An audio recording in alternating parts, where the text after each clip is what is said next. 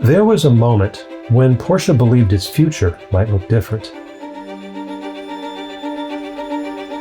In the late 1970s, the company committed real resources to a new idea. Front-engine, transaxle cars developed for competition. The 924 Turbo Rally program wasn't a side project. It was Weissach engineering tested in the real world. What Porsche learned here didn't disappear. It sharpened.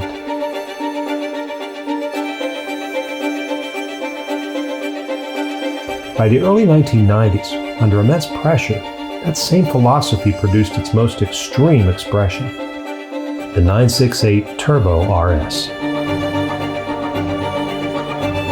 Built not in abundance, but in restraint. So effective that continuing would have meant competing with Porsche itself. Today, the final expression remains.